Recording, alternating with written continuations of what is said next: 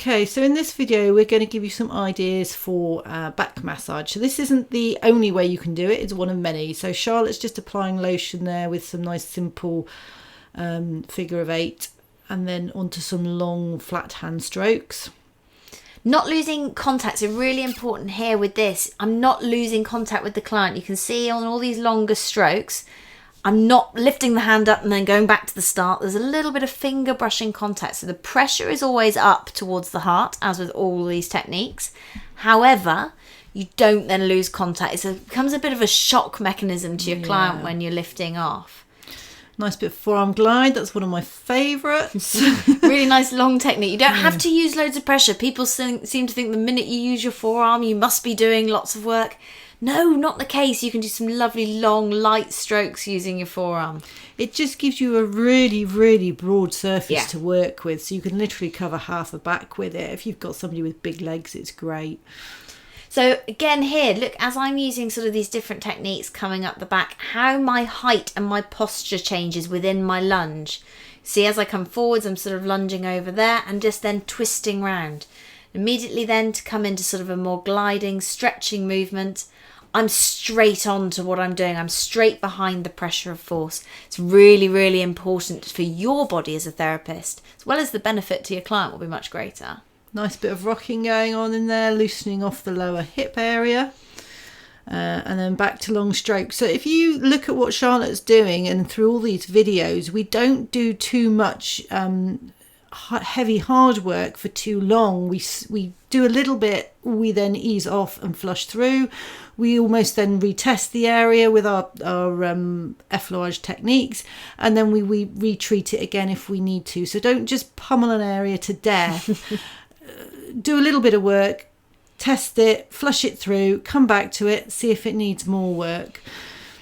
So here you can see we're starting to do exactly what Tamsin's mentioned, starting to look a little bit more sort of butterfly around the side of the QLs, and that's now going to progress into what we see here is more of a compression.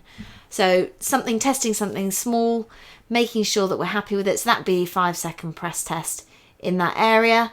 Flush it through and then come back to perform your compression on that area.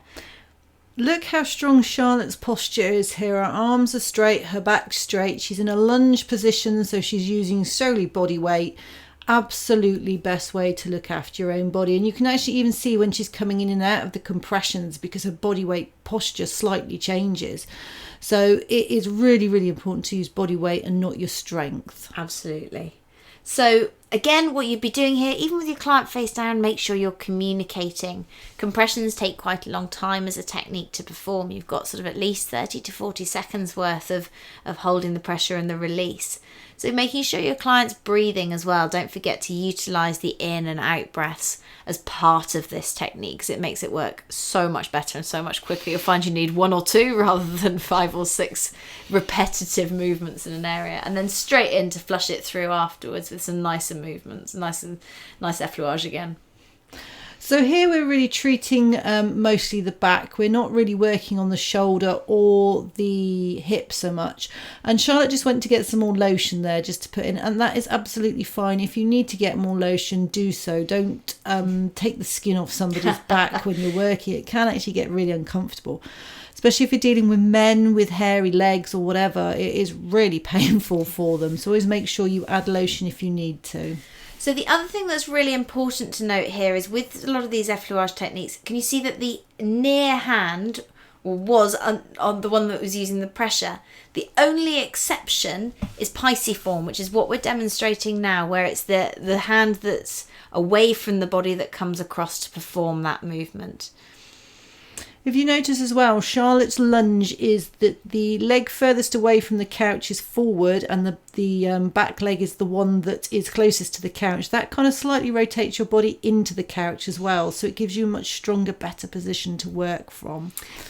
The other thing we're looking at here is a little bit of work round through the ribs. Often underestimated when you're treating the back. The ribs are part of the back. They're all connected to the spine. So something to really consider to add a little bit more depth and variety in your massage. Especially if somebody has recently been ill with coughs or colds, anything like that, or has started heavy training, they're going to have quite a bit of congestion through those muscles there. So really worth working on.